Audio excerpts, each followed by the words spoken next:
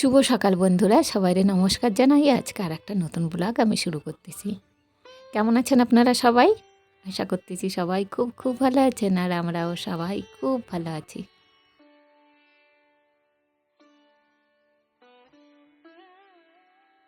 বন্ধুরা, আমি চিত্রা, আমার চ্যানেল চিত্রা ব্লগে আপনাদের সবাইরে জানাই অনেক অনেক স্বাগত।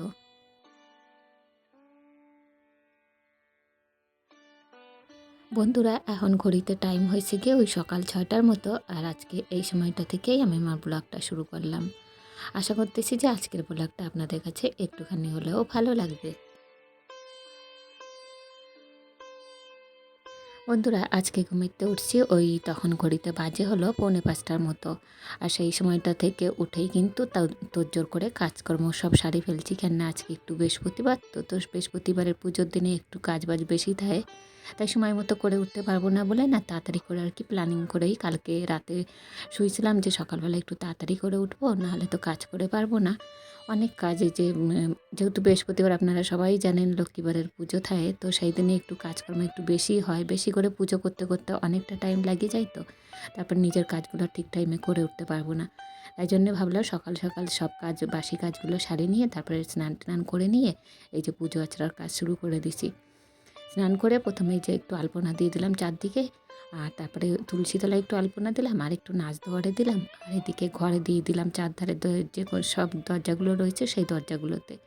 তারপরে না আলপনা দিয়ে না এই যে বাসনগুলো একটু ধুয়ে নিলাম, ঠাকুরের যে থালা বাসনগুলো সেইগুলো। তারপর আমি কটা ফুল তুলে রাখছি ভোরবেলার দিকে, ওই খামারে যে কটা ছিল সেইগুলো, আর মেয়ে যেয়ে এই দিক দিয়ে নিয়ে এসে মানে আমাদের বাড়ির একটু সাইড দিয়ে ওই আমাদের চেনা জানা একজনের বাড়ি এসে আমাদের গ্রামের মধ্যেই, তো সেইখানে যাই না ও ফুলগুলো নিয়ে আসে প্রতিদিনই। আর সেই আজকে এতগুলো ফুল হয়ে গেছে যে এতটা ভালো লাগছে যে পুজোর দিনে বেশ মনটা ভালো হয়ে যায়, জানেন তো। এতগুলো ফুল যদি একসাথে পাওয়া যায়, আর সকালবেলা ওই জবা ফুলগুলো হলো আমাদের খামার থেকে আমি তুলে রাখছি, আর বাদ বাকি যে ফুলগুলো ওইগুলো মেয়ে নিয়ে আইছে।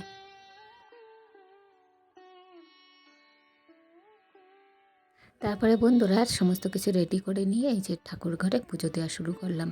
আর আজকে একটু মা লক্ষ্মীর ঘরটাও পাল্টালাম, বেশি আর কি একটু ধোয়া মোছা করে নিলাম। তারপরে একটু আমসরও দিলাম আজকে গাছের পেপারে একটা, ওই যে আমাদের বাড়ির সামনে দাদা আছে, তো আমাদের ভাসুর ঠাকুর আর কি, জেঠুদের বাড়ি, জেঠু শ্বশুরের বাড়ি, তো সেই বাড়ির থেকে না একটা আম গাছের পাতা না নিচের দিকে অনেক ডাল ঝুলে পড়ছে, তো সেইখান থেকে না একটু পছন্দ হলো আজকে। হঠাৎই সামনে যে দাঁড়াইছি মেয়েটা যখন ফুল তুলতে গেছে, তো আমার সামনেই না তখন ওইগুলো ওরকম দেখে না বেশ ভালো লাগলো, তো সঙ্গে সঙ্গে একটা আমসত্ত্ব তুলে নিলাম। সচরাচর কিন্তু সবসময় পাওয়া যায় না, তো ভাবলাম যে হাতের কাছে যখন পাইছি নিয়ে নিই। আর বেশ সুন্দর ছোটোখাটো আমার ওই যে লক্ষ্মীর ঘরটা রয়েছে ওতে না বেশ মানায় গেছে আমসরটা। তো এই যে আমসরের সব সিঁদুর দিয়ে দিয়েছি, আর তার সাথে একটু লক্ষ্মীর ঘটে দিয়ে দিলাম, একটু মা লক্ষ্মীর কপালে দিয়ে দিলাম, মানে যে জায়গা দেওয়ার দরকার সিঁদুরটা সেই জায়গা দিয়ে দিলাম। আর এদিকে ফুলগুলো দিয়ে দিলাম। তারপরে আজকে একটু ওই সন্দেশ আর কি, সন্দেশ আনা ছিল ঠাকুরের জন্য, সেই সন্দেশ দিয়ে একটু লক্ষ্মী ঠাকুরদের দিলাম, তার সাথে আর যে ঠাকুরগুলো রয়েছে সেই ঠাকুরগুলোরও দিয়ে দিলাম।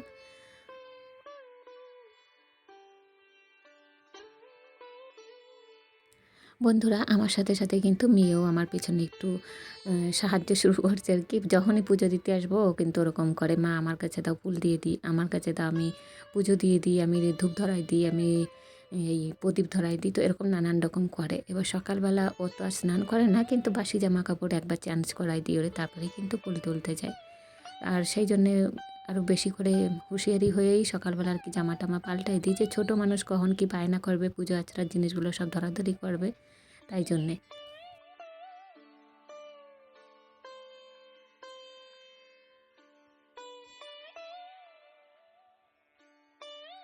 এদিকে আমি ধূপ দেখাচ্ছি একটু তুলসী তলায়, আর খরগোশগুলো ভাবছে মনে হয় ওদের খাবার দিতে যাচ্ছি। জানেন তো এমন করে না এখন, চেনা পরিচয় হয়ে গেছে তো বেশ মানায় নিয়েছে আমার সাথে। যখনই আমি ওদের সাইডে হাঁটে যাই না একবারে মুখটা তুলে আমার দিকে তাকায় থাকবে, দেখতেও মায়া লাগে আর তখনই ভাবে মনে হয় মা খাবার দিতে আসতেছে। তো দেখে না আমার সত্যিই খারাপ লাগে। তো মেয়েটারে বললাম, "না, দুটো খাবার ওদের দিয়ে দে, ওই শাক আনা আছে তো ওদের জন্য, কলমি শাক, তো ওই খাবারটা দিয়ে দিই।" আর রাত্রে বেলা আমার হাসব্যান্ড কয়টা গাজর নিয়ে এসেছে।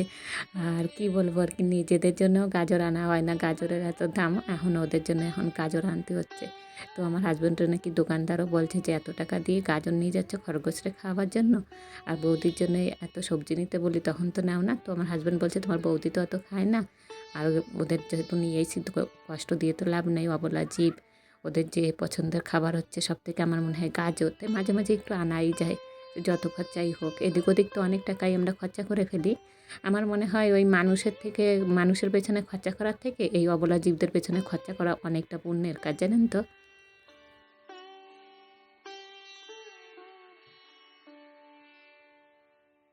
বন্ধুরা, মানুষ এমন একটা জীব যে এদের পেছনে আপনি যতই করবেন, যতই খাওয়াবেন, যতই যা কিছু করুন না কেন, যতই উপকার করুন না কেন, এরা কিন্তু আপনার বদনাম দুদিন পরে হলেও করবে।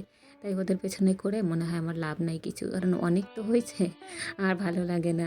অনেকটা পথই এগোয় আইছি, এতদিনে মানুষ চিনতেও পারে গেছি যে কে কীরকম, আর ইচ্ছেও করে না যে কারোর সাথে দুদণ্ড কথা বলি দাঁড়াইয়ে। একমাত্র নিজের লোক বলতে আমার কাছে এখন মনে হয় আমার মা বাবা ছাড়া নিজের লোক আর কেউই নাই, বিশ্বস্ত লোক কেউই না। যার কাছে যেই আপনি মনের দুটো কথা বলবেন সেই দেখবেন সুযোগ নিয়ে বসে রয়েছে। তাই দরকার কি আমার মানুষ না মিশলে মিশবে, না মিশলে না মিশবে, এরকম একটা ধারণা নিয়ে না এখন আমি আর কি চলাফেরা করি। তো ইচ্ছেও হয় না, আমি আর কি মনের থেকে গুটায় নিছি, কোথা দিয়ে যেন একটা আঘাতের মতো হয়ে গেছে যে ভালোই লাগে না আর মানুষের সাথে মেলামেশা করতে। তাই জন্যে ভাবি এর থেকে ওদের নিয়েই সময় কাটানো ভালো। আর ওদের কোনো অপকার করলেও না ওরা কোনো দিনও মুখ ফুটে তো বলবেই না যে তুমি আমার এই করলে কেন। অন্তত ওরা বুঝবে যে এ আমারে খাওয়াইছে, আমারে বড় করছে, অন্তত এর ক্ষতিটা কোনো দিন আমরা করব না।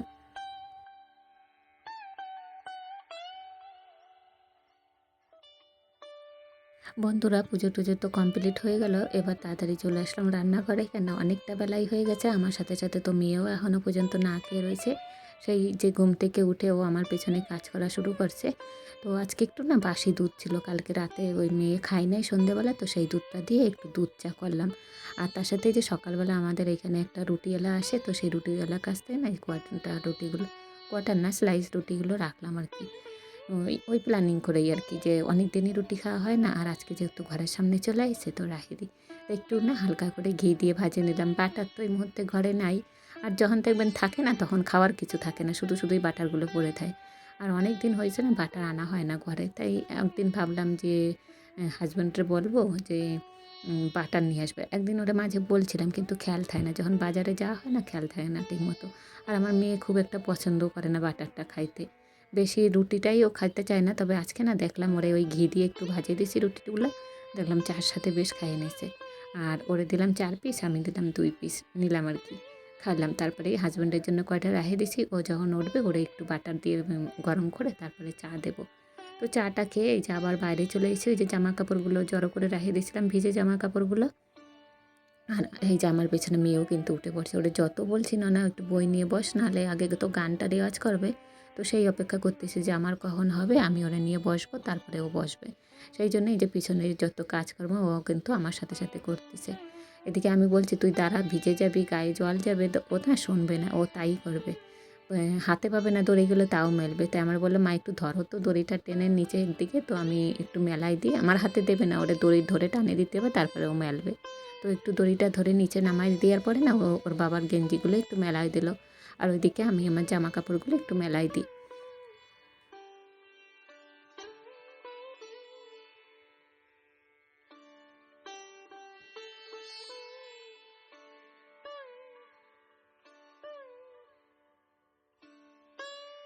বন্ধুরা, আজকের ভিডিওর কোনো অংশ যদি আপনাদের কাছে ভালো লেগে থাকে তো প্লিজ আপনারা একটা লাইক দিয়ে দেবেন, আর কমেন্টস করে আমাকে জানাবেন কেমন লাগতেছে আপনাদের ভিডিওগুলো দেখতে। কোনো দোষ বা ভুল ত্রুটি যদি কিছু থাকে সেগুলোও জানাতে কেউ ভুলবেন না কিন্তু। আর যে বন্ধুরা আজকে ফার্স্ট টাইম আমারে দেখতেছেন আপনারা প্লিজ সাবস্ক্রাইব করে দিয়ে আমার পাশে থাকবেন। আর যে বন্ধুরা অলরেডি এই কাজটা করে রাখছেন আপনাদের তো অসংখ্য ধন্যবাদ জানাই।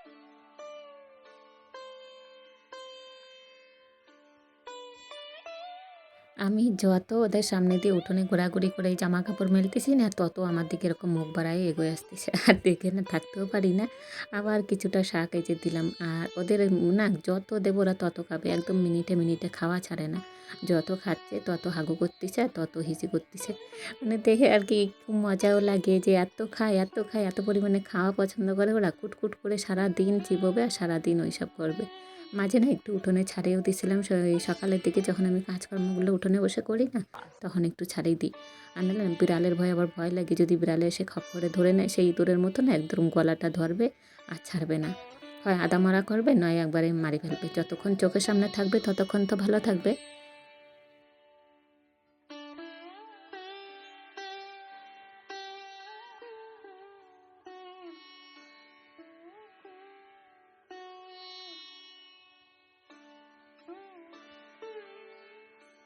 তার জন্যই বদ্ধ খাঁচায় সবসময় রাখে দিতে হচ্ছে আর চোখের নজরের মধ্যে সবসময়। এদিকে বন্ধুরা কাজ করতে করতে কিন্তু অনেকটা টাইম হয়ে গেল। মেয়ে এবার মুড়ি খাবে কি দিয়ে, আর তার সাথে আমরাও তো খাবো তো জল খাবারের খাবারটা, তো সেই জন্যই আবার তাড়াতাড়ি করে কটা বেসন ভরা করা শুরু করলাম।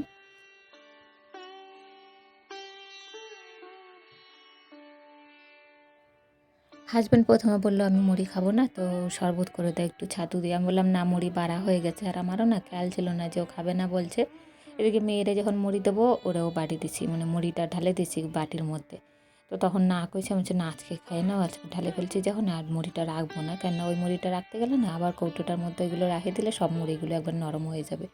তাই জন্যই। আর তার সাথে আমি একটু নিয়ে নিলাম, একটু ভাত ছিল গতকালকের পান্তা ভাত, জানেন তো ঠান্ডা ভাত আর কি, জল দেওয়া ভাতটা, তো সেইটাই একটু মুড়ি দিয়ে মাখলাম আর তার সাথে একটু ছাতু আর ওই বেসন বড়া দিয়ে পেঁয়াজ দিয়ে খাওয়া হলো। আর আমার সাথে কিন্তু মেয়েও খাইছে ওই পান্তা ভাত দিয়ে মুড়ি দিয়ে, বেশ ভালো লাগে আমার।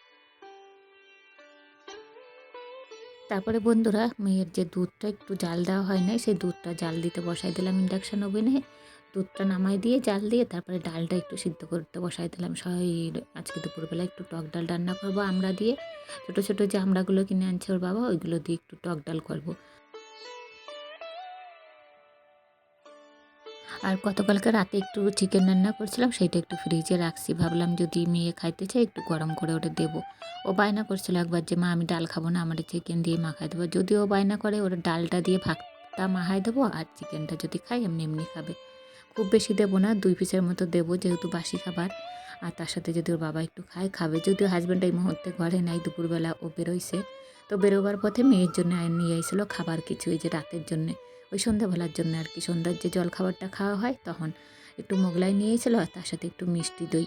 তো মেয়ে ওইদিকে দইটা পাইয়েই না বলছে বাবা আমার জন্য কি আইসক্রিম আনছো, বলে না তাড়াতাড়ি ওই আইসক্রিম পাবে না, ওই দইয়ের যে ভাতটা আর কি, ওই যে কেমন আইসক্রিমের প্যাকেটের মতো করছে। তো তো আমিও প্রথমে ভাবছি যে মনে হয় আইসক্রিমই, যখন খোলা হয়েছে দেখলাম যে মিষ্টি দই। তারপরে পাশে ওই যে যে গ্লাসে লেখা রয়েছে দইটা, তখন আমি আর কি চোখে পড়ছে যে ওটা একটা মিষ্টি দই। তো যাই হোক বন্ধুরা, ওইদিকে মেয়ে মিষ্টি দই খাইছে আর এদিকে আমি এই যে মোগলাইটা রেডি করতেছি, সবাই মিলে একটু খাবো বসে হনে। এর সাথে বন্ধুরা আজকের ভিডিওটা না এখানেই শেষ করব। কেমন লাগছে আপনারা জানার দিকে ভুলবেন না কিন্তু। আপনাদের সাথে আবার দেখা হবে আগামীকাল ঠিক বেলা 3টের সময়। সবাই ভালো থাকবেন, সুস্থ থাকবেন, সবাই ভালো রাখার চেষ্টা করবেন। সবাই জানাই টাটা এবং শুভরাত্রি।